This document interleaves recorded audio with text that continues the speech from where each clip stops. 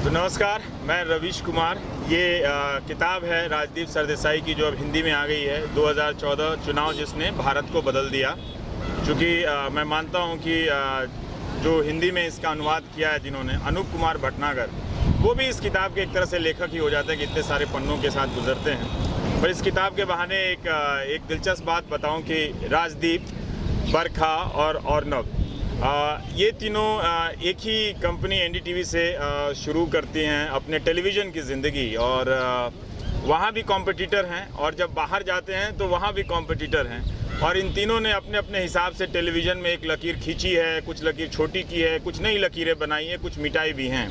तो इनका अपना एक रोल रहा है, आप चाहे जैसे भी देख सकते हैं। इनकी एक किताब आई, और जब पत्रकार की कोई किताब आती है तो सबसे पहले दिमाग में आती है कि क्या उसने वो बात लिखी है जो अपनी रिपोर्ट में कभी नहीं लिख पाया होगा, क्या वो सच्चाई क्या है, वो जानना चाहते हैं। शायद किसी भी जर्नलिस्ट की राइटिंग में तक किसी भी पाठक को सबसे पहले ये चीज़ ले जाती होगी कि वो क्या चीज़ रह गई जो इतने दिनों की ज़िंदगी में राजदीप सरदेसाई नहीं बता पाए। और अक्सर हमारे एक मित्र हैं विनीत कुमार, उन्होंने कहा कि मैंने मीडिया पे राजदीप का फॉरवर्ड बहुत पढ़ा है, बहुत लोगों की किताबों में राजदीप का फॉरवर्ड बहुत पढ़ा है, ये पहली किताब है। तो फॉरवर्ड से ऑथर होने की जर्नी के बारे में पहले तो मैं आपसे विवाद लूं। आपने कहा कि कॉम्पिटिटर, एनडीटीवी में कॉम्पिटिटर थे और बाहर मैं वाकई कॉलीग थे, लेकिन कॉम्पिटिटर, मैं दर्शक तो हूँ, मैं उसका पार्टी नहीं, मैं दर्शक के तौर पे तो देखा हूँ। हाँ, लेकिन मैंने कभी इस प्रोफेशन में अपने आप को कॉम्पिटिटर की तरह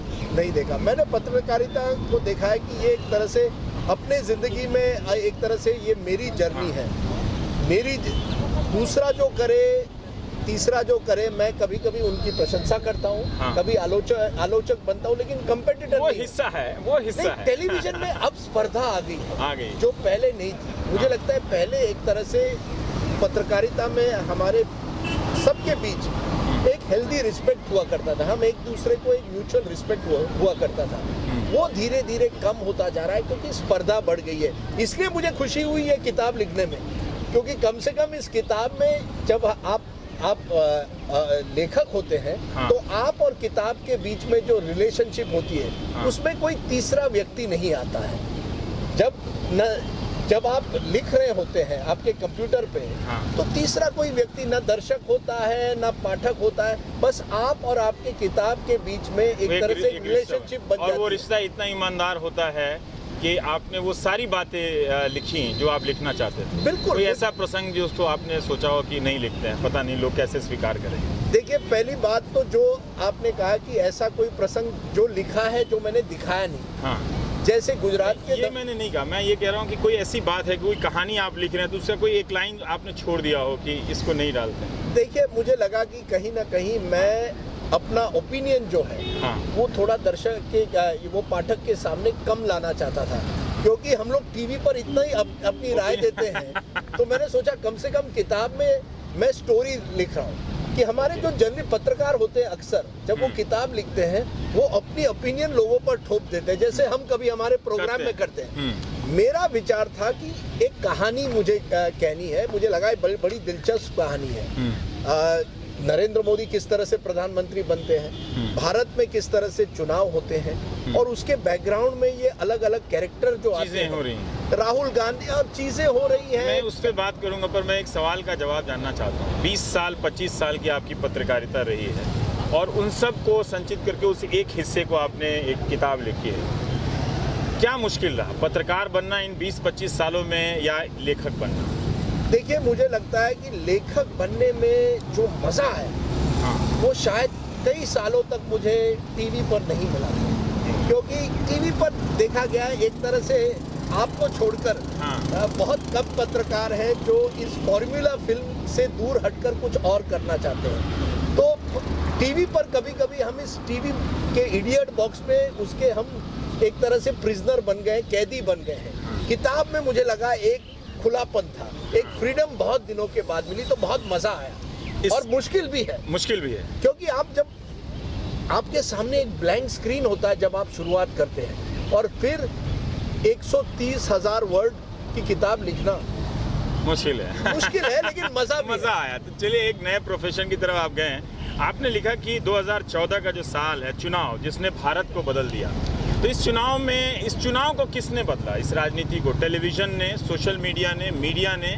या एक ऐसे नेता ने जो इन सब को साधने की शक्ति रखता था? मुझे लगता है जो आपने कहा सब चीज़ों ने कुछ ना कुछ बदला है। जैसे पहले जो चुनाव होते थे वो मैदान पर होते थे, बड़ी बड़ी रैलियां होती थी, बोट क्लब पर जाओ या पटना में गांधी मैदान पर जाओ। अब जो होता है चुनाव वो होता है कि टेलीविजन पर लाइव प्रोग्राम हो या सोशल मीडिया पर, ट्विटर पर हो कि इस रैली में इस नेता ने ये कहा, या आप कहीं ना कहीं व्हाट्सएप पर लगा देते हैं। तो वो एक बदलाव अपने पब्लिसिटी में हुआ है कि किस तरह से नेता लोगों से संपर्क करता है। पहले बड़ी रैली से करता था, अब वो मीडिया के जरिए करता है। ये एक बदलाव आया।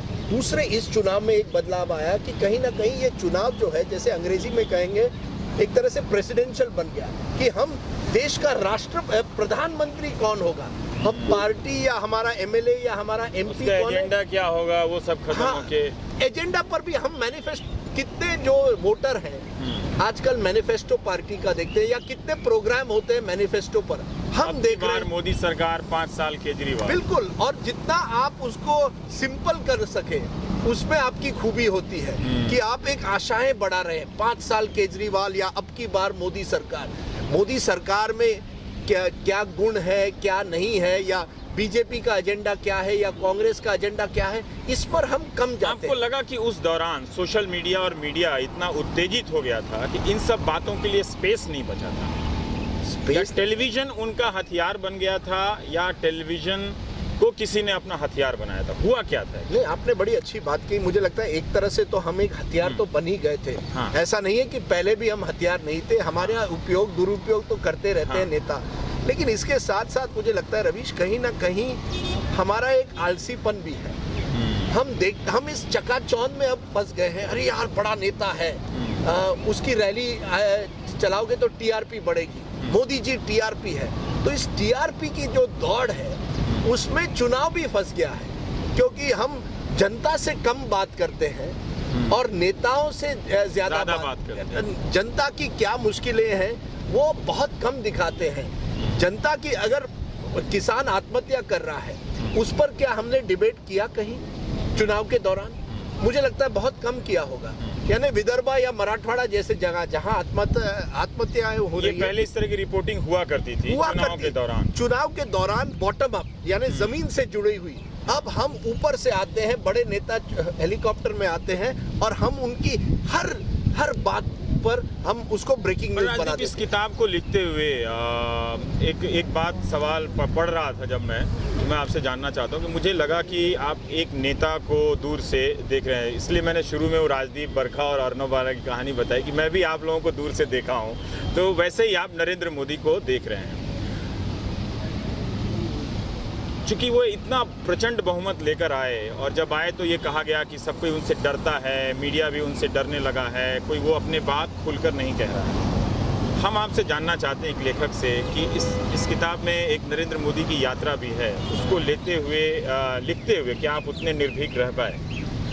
मैंने बिल्कुल कोशिश की है, क्योंकि मुझे लगा कि ये जो यात्रा आप कह रहे हैं, न केवल मोदी जी की यात्रा है, मेरी भी यात्रा है पत्रकार होने से।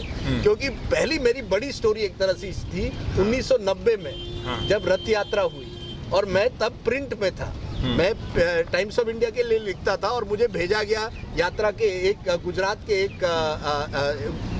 का कवर करने के लिए। तब मोदी जी उस गुजरात लेग के इंचार्ज थे।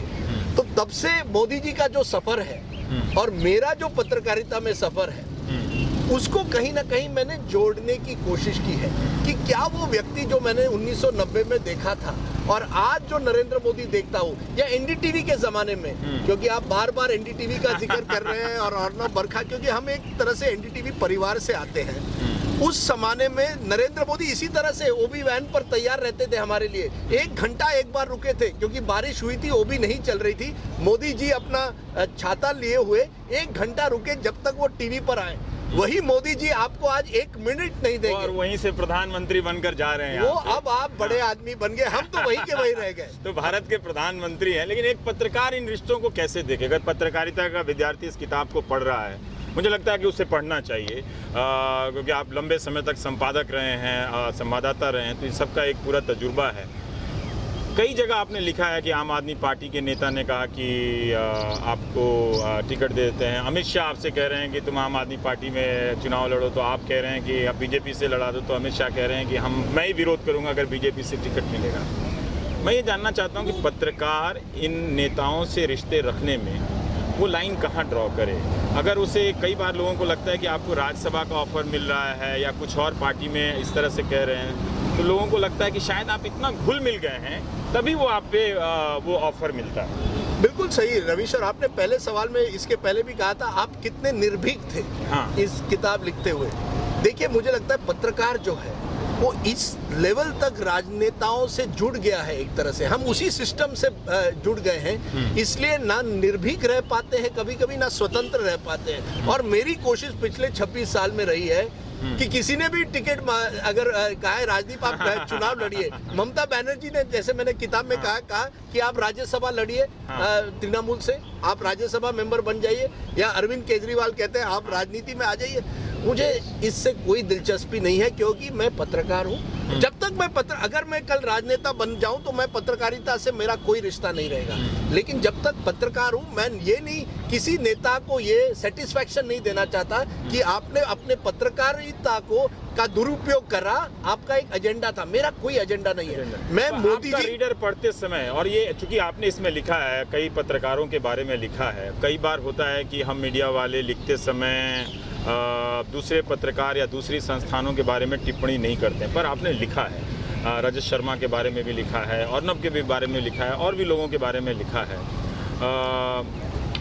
पाठक ये कंफ्यूज कर सकता है, या मैं चाहता हूँ कि वो कंफ्यूज करे, वो पढ़ने की वो भी एक पहली शर्त होती है कि आप उसको पजल ढूंढ देखिए कि हमारे पत्रकार बहुत ज़्यादा उस सिस्टम में चले गए हैं। बिल्कुल हम सिस्टम में चले गए हैं, क्योंकि देखिए पत्रकार जो होता है उसकी जो नेचुरल टेंडेंसी होनी चाहिए वो एंटी एस्टेब्लिशमेंट होनी चाहिए, कोई भी सरकार हो। गणेश शंकर विद्यार्थी का कोट है कि पत्रकार को हमेशा विपक्ष में होना चाहिए। बिल्कुल, हम तो विपक्ष हैं ही, हमें बिल्कुल सही कहा, क्योंकि अगर यूपीए की सरकार है तो यूपीए को सवाल पूछो, अगर एनडीए की सरकार होती है तो एनडीए को सवाल पूछो। अब प्रॉब्लम ये हो गया रवीश कि जब मोदी जी दिवाली मिलन करते हैं तो हम सवाल उनसे नहीं पूछते, हम उनके साथ सेल्फी लेना चाहते हैं। बड़े बड़े पत्रकार, बड़े बड़े संपादक वो तो मोदी जी के साथ सेल्फी लेना चाहते हैं। या सोनिया गांधी को सवाल, इतने साल सोनिया गांधी 20 साल से राजनीति में है, क्या हमने उनको कठोर सवाल पूछे हैं? राहुल गांधी को पूछे। तो हम एक तरह से नेताओं के सामने विपक्ष की भूमिका अदा करने के बजाय हम उसी सिस्टम के एक भाग बन गए हैं, और इसीलिए बहुत कम पत्रकार भारत में किताब लिखते हैं, और अगर लिखते हैं तो ऐसी किताब लिखते हैं कि जय जयकार करते हैं किसी व्यक्ति की। तो मैं इस किताब में जय जयकार नहीं है, मैंने किसी व्यक्ति की जय जयकार नहीं की। कांग्रेस वाले दुखी हैं, कह रहे हैं आपने राहुल गांधी के खिलाफ लिखा। मैंने कहा राहुल गांधी को केवल 44 सीट आए। कुछ लोग कहते हैं पहला चैप्टर देख के कि आप अभी भी 2002 और नरेंद्र मोदी को भूले नहीं। अरे भाई, मैं क्यों भूलूं? मैं तो पत्रकार हूं, मैं तो सवाल पूछता रहूंगा। मैं आपकी तरह उनका कोई चेयर लीडर नहीं हूं। सोशल मीडिया वाले में मैं पढ़ रहा था कि मोदी ने कहा कि तुम और तुम्हारी पत्नी आजकल ट्विटर पे बहुत एक्टिव रहते हो। उस वक्त आपको डर लगा था? मुझे कभी डर नहीं लगा, लेकिन लगा था कि वो धमका रहे हैं। नहीं, धमका नहीं रहे, प्यार कर रहे हैं। नहीं, प्यार तो नहीं कर रहे थे, लेकिन ये तो जरूर लगा कि देखिए आज के जो नेता हैं वो ये भी देख रहे हैं कि आप ट्विटर पर क्या मुझे लगा ट्विटर जो है ये एक तरह मेरा पर्सनल स्पेस है। पर जब मुझे नरेंद्र मोदी जी ने रिमाइंड किया कि देखिए आप ट्विटर पर क्या लिख रहे हैं, तब मुझे थोड़ा डर नहीं, लेकिन मैं चौकन हो गया। हाँ, कि आप जो ट्विटर में लिखेंगे वो आपकी प्राइवेट स्पेस नहीं है, वो मोदी जी तक बात पहुंच रही है। पर देखिए, नेताओं से पत्रकारों का एक रिश्ता बन जाता है, खट्टा मीठा जो भी है, वो चलते फिरते टोक देते हैं कि आजकल बहुत खिलाफ लिख रहे हो, आजकल ठीक है। पर जब आपने पत्रकारों के बारे में लिखा, जैसे अर्नब के बारे में लिखा कि किस तरह से वो राहुल गांधी का इंटरव्यू लेने के लिए अपना पूरा TRP का चार्ट भेज देते हैं, या रजत शर्मा की, उन लोगों ने बाद में कभी कुछ कहा? नहीं, कुछ कहा नहीं है, मैंने किसी की आलोचना नहीं की है। मैं तो कहता हूं कि अच्छी बात है कि आपको एक्सक्लूसिव इंटरव्यू मिल गया, क्योंकि हमारे बीच तो स्पर्धा होगी ही। पर इस तरह से TRP चार्ट भेज देना कि ये लीजिए, ये देखिए आप, जैसे मैंने कहा रवीश, कहीं ना कहीं हमने पत्रकारिता को बॉक्स ऑफिस बना दिया है, और इसीलिए कुछ खबरें जो हैं वो जनता के सामने आज आती नहीं है। मैंने किसान के आत्महत्या के बारे में एक खबर दी है। आज के ज़माने में यूरिया के प्राइसेस जो हैं वो इस लेवल पर पहुंच गए कि कुछ इलाकों में किसान विरोध कर रहा है, वायलेंस पर उतर आया है, हिंसा हो रही है, लेकिन हम ये दिखाते नहीं है। पर नेता लोग भी टीआरपी को अभी बजट में मैं केंद्रीय राज्य मंत्री क्या हमारे साथी जब ट्राई कर रहे थे तो उन्होंने कहा कि रवीश कुमार नहीं दिया उन्होंने, तो उन्होंने कहा कि जरा उनकी टीआरपी बताइए कितनी। तो नेता लोग भी अब इससे काफी प्रभावित हो गए कि टीआरपी दे, और उन्होंने मुझे इंटरव्यू नहीं दिया बजट में। नहीं बिल्कुल, और एक जो आपने बात पहले भी की कि नेता और जर्नलिस्ट के बीच में रिश्ता, देखिए नेता और जर्नलिस्ट के बीच में एक रिश्ता तो होगा क्योंकि हमको उनसे खबर लेनी है, वो हमारे सोर्स बन जाते हैं। ये मैं नहीं कहूंगा कि हम कोई सन्यासी है जो केवल हमारे एडिट टेबल पर बैठेंगे और हम उनके साथ नाश्ता भी करेंगे, उनकी गाड़ी में भी बैठेंगे। बिल्कुल करेंगे, नाश्ता करेंगे, उनके साथ हेलीकॉप्टर में जाएंगे, लेकिन हमें एक जो लक्ष्मण रेखा वो ये है कि हम आपके हमेशा, जैसे आपने सही कहा, आपके हम एक तरह से वॉचडॉग रहेंगे। आप उसे विरोधी कहें या जो विरोधी मैं नहीं कहूंगा, लेकिन वॉचडॉग रहेंगे। हम आपकी हर बात को एक तरह से उसका एनालिसिस करते रहेंगे। विनीत हमारे मित्र हैं, उन्होंने आपकी किताब पे एक टिप्पणी की है और वो चाहते हैं कि मैं आपसे पूछूं।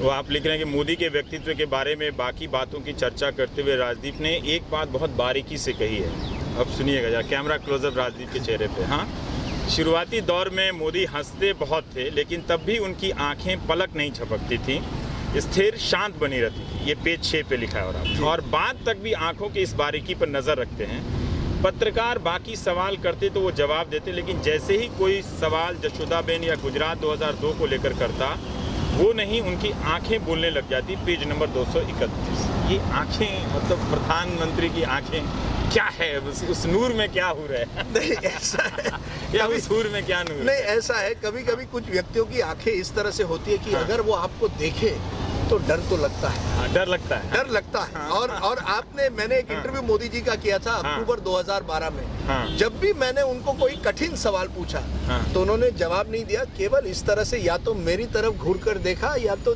दूर कहीं देखते रहे।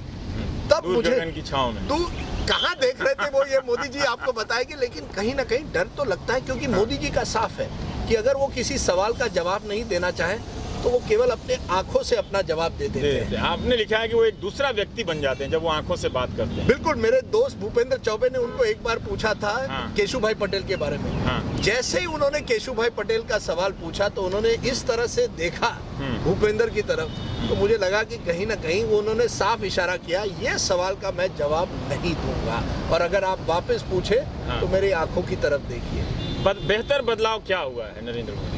देखिए, मुझे दिल्ली आने के बाद, मतलब इस किताब को लिखते समय जब किताब खत्म हुई होगी तब वो 5-6 महीने 9 महीना बीत गए होंगे, बेहतर बदलाव क्या हुआ? हर नेता में एक बेहतर बदलाव होता है। बिल्कुल होता है, और मैं मोदी जी की प्रशंसा इस बात की करूंगा कि वो हमेशा कर्मठ रहे। गुजरात में जब रथ यात्रा संभाल रहे थे तब भी बड़े कर्मठ नेता की तरह संभाल रहे थे, और आज भी मैं समझता हूँ कि वो 2400 घंटे राजनीति करते हैं और 2400 घंटे उनका इस पर एक तरह से ध्यान है कि मैं किस तरह से जनता के बीच में मेरी लोकप्रियता बढ़े। अब उसमें थोड़ी मार्केटिंग भी होती है, मेरी मन की बात रेडियो पर हमें, तो वो मार्केटिंग भी है, लेकिन साथ साथ हमेशा कुछ ना कुछ नई आइडिया लाते रहते हैं। जिससे शुरू में ही एक बात कही थी इसी से, लेकिन उन्होंने आके पूरे चुनाव को एक तरह से एक्सेल सीट वाला चुनाव बना दिया कि मैनेजर हैं, इस तरह से हार्वर्ड से या कॉर्पोरेट नौकरियों से आए। कुछ चर्चाएं हम पहले के चुनाव में सुनते थे कि कोई नीतीश कुमार से जुड़ गया या कोई ममता बनर्जी से जुड़ गया या कोई कहीं कहीं जुड़ गया, लेकिन मोदी ने उन्हीं चीज़ों को समेट कर एक बड़े स्केल पे किया। आपको लगता है कि जनमत वहाँ से बना होगा उनके पक्ष में, या स्थितियाँ पहले से बनी हुई थी कि ये मोदी की? बिल्कुल, मुझे नहीं लगता कि आप चुनाव एक्सेल शीट या कंप्यूटर पर जीत सकते हैं। चुनाव आप जीतेंगे जब आप लोकप्रिय नेता बनेंगे। चुनाव आप जीतेंगे जब लोगों का गुस्सा था यूपीए की सरकार के खिलाफ कि महंगाई बढ़ गई थी, नौकरियां लोगों को नहीं मिल रही थी। 10 साल की सरकार जब बनती है एक थकावट भी होती है। मनमोहन सिंह जी कुछ बोल नहीं रहे थे। मैंने हमेशा कहा है कि मोदी जी को, मनमोहन सिंह जी को एक थैंक यू कार्ड देना चाहिए कि वो बोलते नहीं थे, इसलिए मोदी जी बड़े नेता बन गए। राहुल जी जब बोलते हैं तो लोग एक तरह से उनकी हंसी उड़ा रहे थे, उसका भी फायदा मोदी जी को हुआ। अखिलेश जी ने बड़े वादे किए यूपी में, वो निभाए नहीं, उसका फायदा मोदी जी को हुआ। मणिशंकर अय्यर कहते हैं कि मोदी जी जो है वो तो चाय की दुकान शुरू करे, उसका भी मोदी जी को फायदा हुआ। कई लोगों ने मुझे फील्ड में कहा, खासकर अरविंद केजरीवाल के जीत के बाद, उसके दौरान भी, मतलब पहले से ही, कि टीवी नेता पैदा कर रहा है। कैसा है क्या? हम नेता पैदा देखिए, टीवी नेता नहीं पैदा कर रहा है, लेकिन प्राइम टाइम जो है, कुछ नेता प्राइम टाइम के मास्टर बन गए हैं। उसमें मोदी जी और केजरीवाल दोनों शामिल हैं। मोदी जी और केजरीवाल प्राइम टाइम जानते हैं अच्छी तरह। जब केजरीवाल जी ने 49 दिन के बाद रेजिग्नेशन दिया था, उन्होंने शाम को 8 बजे दिया था या 7 बजे, प्राइम टाइम में। मोदी जी जब मेडिसन स्क्वायर गार्डन जाते हैं और भाषण करते हैं, तो उन्होंने इस ऐसे समय पर किया जहां इंडिया में प्राइम टाइम हो। मैं देख रहा था उस दिन मन की बात मोदी जी की, जो हमेशा 11 बजे सुबह होती है। एक तो रविवार पहले वो सुबह नहीं हुई, क्यों? क्योंकि उस दिन क्रिकेट की मैच थी। तो मोदी जी जानते थे कि सुबह अगर मैं मन की बात पढ़ूं तो लोग मेरी मन की बात नहीं लेकिन क्रिकेट देखेंगे। तो नेता बेहतर कम्युनिकेटर हो गए हैं। पर ये कहना, हाँ बिल्कुल, और ये कहना कि टीवी नेता को बनाता है। टीवी के जरिए एक माध्यम है जिससे नेता अपनी बात, अगर आपके पास आपकी बात में दम हो तो वो जनता के सामने रख सकते। अगर मोदी जी के बात में दम नहीं होता या केजरीवाल जी के बात में दम नहीं होता, तो वो चुनाव नहीं जीतते। पर राजदीप, क्या ऐसा नहीं हुआ कि नेता या जो अदृश्य शक्तियों की बात करते हैं लोग, जो मीडिया के जो विश्लेषक हैं, जैसे विनीत हमारे मित्र हैं, और मैं कहता हूं कि अंग्रेजी में भी कोई टेलीविजन को इतना सीरियसली नहीं पढ़ता जितना विनीत पढ़ता है, तो उसको अक्सर कहना है कि कॉर्पोरेट ये सब मिलके टेलीविजन पे जिस भारत का जो कॉन्ट्राडिक्शन, अंतर्विरोध देखना था, वो सब गायब करके एक पर्सनालिटी को ला दिया गया। इसलिए टीवी कई बार नेता बना देता है। ये कुछ हद तक सही है। हम ये कह सकते हैं, मुझे लगता है कि देखिए, चुनाव 2014 का कांग्रेस हारने ही वाली थी, बीजेपी नंबर 1 पार्टी बनने वाली थी। 180 से 200 सीट तो बीजेपी को मिलने ही थे। ये जो एक्स्ट्रा 70-80 सीट मिले हैं, इसमें मैं समझता हूँ मीडिया ने जो माहौल बनाया, या मोदी जी के कैंपेन, जिप कैमरा आया, वो सारा कुछ आया, जो कैंपेन मोदी जी ने के स्ट्रेटेजिस्ट ने बनाया कि हर दिन चुनाव के एक दिन पहले पूरी एडवर्टाइजिंग केवल बीजेपी की दिखाई गई, या जिस तरह से हर मीटिंग को आपने 2-3 बार लाइव दिखाया, उससे माहौल जरूर बदला।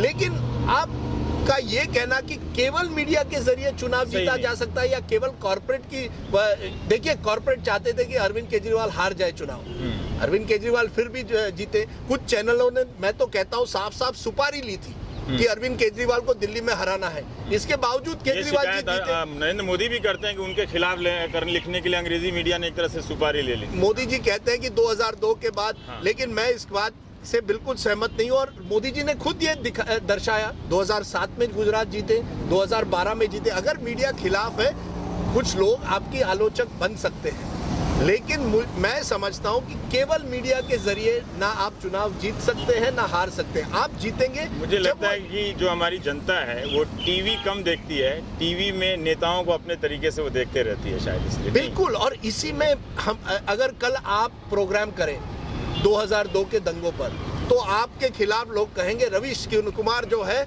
वो पूरी तरह से मोदी जी के खिलाफ है। अगर आप स्वच्छ भारत पर प्रोग्राम करें तो वही लोग कहेंगे वाह वाह, रवीश कुमार ने आज मोदी जी की बात रखी है। तो हम जो चाहते हैं, दर्शक जो चाहता है या पाठक जो चाहता है, हम चाहते हैं कि वो जो पत्रकार है वो हमारी जो दृष्टि है उस पर एक थप्पा मार दे, और जब वो मार दे तो हम खुश होते हैं। अगर हम सवाल नहीं मारे तो फिर रोने लगते नहीं, जब सवाल पूछे तो नहीं। और उसके साथ साथ आजकल नया जो है कि आप एंटी नेशनल हैं, आप देश विरोधी हैं। अरे भाई, सवाल पूछने में देश विरोधी बन गए। अगर हम सवाल नहीं पूछेंगे तो कौन? सब जय जयकार अगर करेंगे। पब्लिक ओपिनियन सोशल मीडिया से आ रहा है राजदीप, उससे असर पड़ रहा है कि आपके सवाल पूछने में या टॉपिक डिसाइड करने में? क्या न्यूज रूम की वो दीवार गिर गई है क्या? अगर 5000 लोग ट्वीट करने लगे कि राजदीप एंटी मोदी हैं या एंटी केजरीवाल हैं, तो एक तरह से डिसाइड करने में, टॉपिक या बोलने में फिर फर्क पड़ने लगता है क्या? मुझ पर ज्यादा नहीं पड़ा है, लेकिन मैं ये कहूंगा कि पूरे माहौल पर, न्यूज रूम पर जरूर पड़ा है। बिल्कुल पड़ा है, क्योंकि और मोदी जी भी जानते हैं। मोदी जी ट्विटर और फेसबुक पर क्यों आए? क्योंकि वो जानते हैं कि अगर वो केवल मेन स्ट्रीम मीडिया में जाते, टीवी या प्रिंट में जाते, तो उनकी बात शायद उस लेवल तक जनता तक नहीं पहुंचती, क्योंकि हर बात पर एक सवाल उठता, क्योंकि प्रिंट में या टीवी पर आप सवाल उठाते। ये जो ट्विटर वगैरह है, वन वे कम्युनिकेशन बन गया है, और उसके जरिए अगर आप ट्रेंड करें या किसी चीज को हैशटैग बना दे, तो फिर पत्रकार जो न्यूज रूम में बैठा हुआ है, न्यूज एडिटर, वो देखता, अरे बाप रे, ये जो बात है निर्भय की डॉक्यूमेंट्री जो है, ये तो नंबर 1 ट्रेंड हो गया है, चलो इसी पर डिस्कशन करते हैं। किसान की आत्महत्या, वैसे पत्रकार तो अब सेंसरशिप की भी बात करने लगे हैं। नहीं वही तो, लेकिन मेरा ये हालत आ गई है। नहीं, मैं तो 2 बातें कहूंगा। इमरजेंसी के दौरान पॉलिटिकल पार्टियों ने मीडिया पर सेंसरशिप डाली थी, इंदिरा गांधी के कांग्रेस ने पत्रकार पर सेंसरशिप डाली थी। आज पत्रकार पॉलिटिकल पार्टी पर सेंसरशिप डाल रहे हैं कि हम केजरीवाल को नहीं दिखाएंगे, या आम आदमी पार्टी को कम दिखाएंगे, या इस नेता को ज्यादा दिखाएंगे। हम किताब पे तो ये एक रिवर्स इमरजेंसी, ये एक रिवर्स इमरजेंसी, ये दर्शक और पाठक को समझने की जरूरत नहीं। और मुझे लगता है कि ट्विटर और फेसबुक पर ये किसान की आत्महत्या पर मैं फिर कहूंगा, वो ट्रेंड नहीं होता, हैशटैग नहीं होता, इसलिए आप उसको शाम को नहीं दिखाते। लेकिन छोटी सी छोटी घटना जो सेंसेशनल है, साक्षी महाराज ने कुछ कह दिया, या आदित्यनाथ ने कुछ कह दिया, या ओवैसी ने कुछ कह दिया, ये जो फ्रिंज एलिमेंट्स जिसे हम कहते हैं, जिसको हम पहले नहीं दिखाते थे न्यूज़ रूम में, बिल्कुल नहीं दिखाते, वो तो मेनस्ट्रीम बन गए हैं, क्योंकि हम विवाद चाहते हैं। हम हर विषय पर टीवी पर आज विवाद दिखाना चाहते हैं। हम अच्छी खबर लोगों के सामने नहीं दिखाना चाहते, या खबर जिसके लोगों पर के आम आदमी पर कोई उसका इम्पैक्ट हो, उस तरह की खबर नहीं। पर ये राजदीप, आपकी इस किताब में हम एक प्रयोग है, ये वीडियो ब्लॉगिंग है एक तरह से, तो एक अनौपचारिक बात हो रही है किताब को लेकर और राजनीति को लेकर। 2 मिनट और आपका लेना चाहता हूँ। इस तस्वीर में नरेंद्र मोदी आगे हैं, अभी भी आगे हैं, राहुल गांधी पीछे हैं। कभी ये तस्वीर रिवर्स होगी, आपको लगता है हिंदुस्तान की राजनीति में? पहली बात, पार्ट 2 किताब आ जाए कुछ। बिल्कुल, पहली तो बात, किसी ने मुझे कहा कि आपने इस किताब में राहुल को दिखाया क्यों? तो मैंने कहा कि हर स्टोरी में एक हीरो होता है, हीरो के साथ साथ एक साइड एक्टर, कैरेक्टर एक्टर भी होता है। मतलब देवेंद्र वर्मा होता है या विनोद मेहरा होता है। या मैं विलन नहीं कह रहा, लेकिन इसीलिए मैंने कहा कि विनोद मेहरा या देवेंद्र वर्मा होता है। मेरा ये कहना है कि जैसे मोदी जी को 200 सीट तो मिलने ही तय थे बीजेपी को, ये 70-80 सीट जो मिले क्योंकि कांग्रेस कमजोर हो गई, उसमें राहुल गांधी का कुछ हिस्सा है, केवल उनका नहीं, मनमोहन सिंह, अखिलेश यादव, मायावती, शरद पवार, इन सब का एक हिस्सा है। लेकिन आपने कहा कि क्या ये रिवर्स हो सकता है? देखिए, राजनीति में कुछ भी हो सकता है। अगर आप 5 साल बाद अगर स्थिति देश की बदली, क्योंकि नरेंद्र मोदी जी ने एक किया है, इस चुनाव में उन्होंने कहा अब की बार मोदी सरकार, अच्छे दिन आएंगे। लोगों को लगता है कि अब मोदी जी आ गए, अच्छे दिन आ गए, लेकिन भारत को चलाना कोई जादू की छड़ी नहीं है। अगर अच्छे दिन नहीं आते हैं, अगर अच्छे दिन नहीं आते हैं, अगर तो राहुल के अच्छे दिन आ जाएंगे, ऐसा भी हो सकता है। नहीं, इतना सिंपल नहीं है। अगर उनको भी मेहनत करनी पड़ेगी। आप बताइए, 6 महीने पहले, 7 महीने पहले केजरीवाल भी चुनाव हारे, राहुल गांधी भी हारे। केजरीवाल ने मेहनत करके लोगों के सामने, लोगों के बीच में जाकर उन्होंने मेहनत की। राहुल वहीं के वहीं अभी भी आत्मचिंतन कर रहे हैं।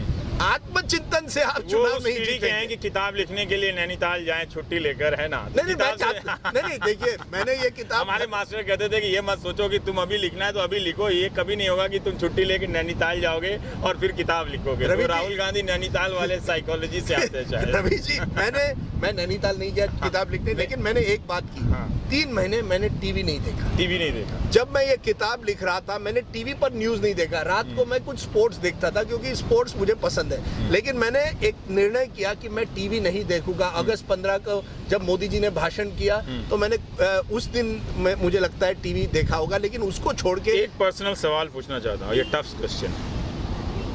राजदीप के घर में 2 पत्रकार हैं जी। तो सागरिका से तो भले बरखा और अर्नब से कंपटीशन नहीं हुआ होगा, हालांकि मेरे न्यूज़ रूम में देख के कोई विश्वास नहीं करने वाला है, लेकिन फिर भी सागरिका से कैसा रिश्ता रहता? पत्रकार वाला, पत्नी वाला नहीं पूछ रहा। देखिए, आप बार-बार आजकल काफी सागरिका घोष की आर्टिकल को ट्वीट करते हैं। मैं जानना चाहता हूँ, क्योंकि वो आपसे पहले सीनियर ऑथर हैं आपसे। आप बिल्कुल, उन्होंने 2 किताबें आपसे पहले तो फिर से मैं कहूँगा, अर्नब तो एक तरह से, मैं और अर्नब के बीच में एक अच्छा रिलेशनशिप हमेशा हुआ करता था। हम लोग एक साथ प्रोग्राम करते थे, न्यूज़ आर करके। आप समझ लीजिए उसके नॉइज लेवल क्या होंगे उस प्रोग्राम के। बरखा के साथ भी बहुत काम किया है। सागरिका के साथ एक तो मुसीबत है कि वो मुझसे बड़ी अच्छी लेखिका है। उनकी राइटिंग स्किल जो है मुझसे कई बेहतर है। तो मैंने बहुत कुछ सीखा भी है। उन्होंने रीड्राफ्ट तो नहीं किया? नहीं रीड्राफ्ट नहीं, मैंने उनसे हर चैप्टर दिखाया। हाँ। उन्होंने हर चैप्टर में मुझे सजेशन दिए। अच्छा। लेकिन उसके साथ साथ मैं कहूँगा कि एक तरह से इंटरनल घर में कंपटीशन कभी कभी हुआ करती थी। हाँ। लेकिन वो हेल्दी कंपटीशन है। हाँ। लेकिन मैं लोगों को कहूँगा कि अगर आप पत्रकार हैं और अगर आप शादी करना चाहते हैं तो हो सके। मैंने बहुत कुछ सीखा है और उनके भी अनुभव हैं, उनके भी विचार हैं।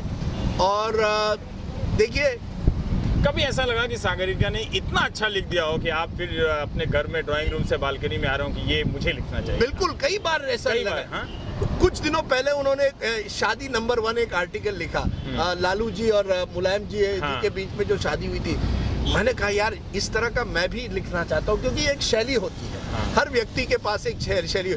सागरिका ने कभी कभी मुझे भी कहा है कि यार तुम ये लाइव टेलीकास्ट बड़ी आसानी से कर लेते हो। हाँ। तो मैं तो कहता हूँ मेरा से, और मैंने अर्नब को भी एक बार कहा था, कान में तार ओबी के लिए तैयार। तो जब लाइव होता है तो बस वो एक अलग एक धुन में आ जाते हैं। हाँ, और आप खास फिर करके बोलने लाइव इलेक्शन के दिन पर तो हर व्यक्ति के पास कुछ गुण होते हैं। लेकिन बहुत कुछ सीखा मैंने हर व्यक्ति से। मैं ये भी कहूँगा, मैं ये नहीं कह रहा हूँ क्योंकि एनडीटीवी खबर पर जा रहा है, मैंने प्रणय रॉय, राधिका रॉय, कई लोगों से बहुत कुछ सीखा है। क्योंकि हर व्यक्ति को हर दिन, और आर.के. लक्ष्मण मेरे पहले गुरु थे, उन्होंने मुझे कहा, मैंने कहा सर आप ये कार्टून रोज करते, कभी आपको ऊब नहीं जाते ये कार्टून करने से?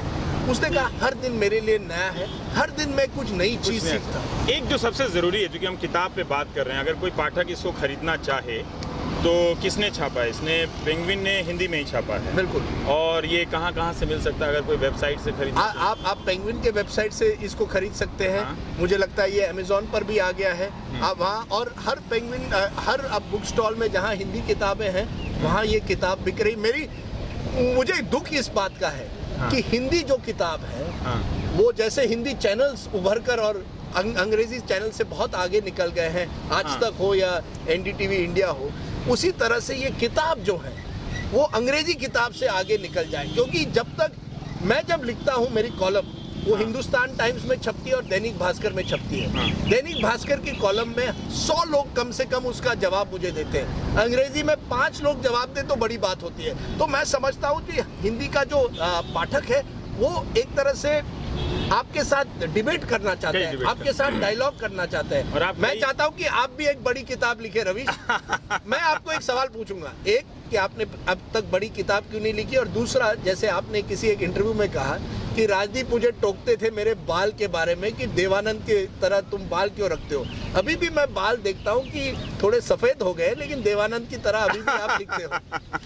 और मैं आपको कॉन्ग्रेचुलेट करना चाहता हूँ कि इस पूरे जो स्पर्धा की जमाने, टीआरपी के ज़माने में आपने अभी तक एक पत्रकारिता की एक जो इंटेग्रिटी है उसको कायम रखी है। ये बड़ी बात है। ये एनडीटीवी की वजह से है, पर खैर थैंक यू। एक सच्चाई ये भी है कि आप लोगों ने इस इंटरव्यू में देखा होगा कि हम दोनों कितनी बराबरी से बातें कर रहे हैं, पर ऐसा नहीं था। जब मैं नया रिपोर्टर बनकर आया था तो सचमुच राजदीप के सामने 5 मिनट के लिए खड़ा भी हो जाता था तो आधे समय तो पाँव कांपते रहते थे। तो ये मेरा भी इम्तहान था। इस तनाव से मैं घर से जब यहाँ तक आया तो मैं इतने तनाव से था कि मैं राजदीप सरदेसाई का कैसे इंटरव्यू कर सकता हूँ। तो वो कैसे किया, जो चेला था अपने गुरु का इंटरव्यू कैसे किया, इस पे भी इस किताब के साथ साथ आप रेटिंग दीजिएगा। ये मुश्किल होता है कि उस बराबरी का स्तर हासिल कर लेना पत्रकारिता में जिससे आपने सीखा हो, और उसी तरह से आप सवाल कर रहे हैं। कितना बख्शा या नहीं बख्शा ये अलग चीज़ें होती हैं, पर यही शायद पत्रकार और नेता को और या फिर सत्ता से अपनी रिश्तेदारी में हासिल करनी पड़ती है वो जगह कि आप बराबर होते हुए करीब जाकर भी वो विपक्ष की जगह, विरोध की जगह, आप सवाल करने की जगह बचा कर रखें। जैसे मैंने अपने गुरुजी के साथ किया कि सब कुछ सीखने के बाद भी वो बराबरी की जो जगह है वो हासिल करते हुए हमने इस गुरु ने चेले से बहुत कुछ सीखा है। ये कोई रिश्ता अद्भुत है जहां गुरु चेले से सीख रहा है। तो बहुत बहुत शुक्रिया। तो राजदीप सरदेसाई की किताब है 2014 चुनाव जिसने भारत को बदल दिया, और इस चुनाव की वजह से मुझे भी एक मौका मिल गया अपने पहले एडिटर के साथ इंटरव्यू करने के लिए। नमस्कार।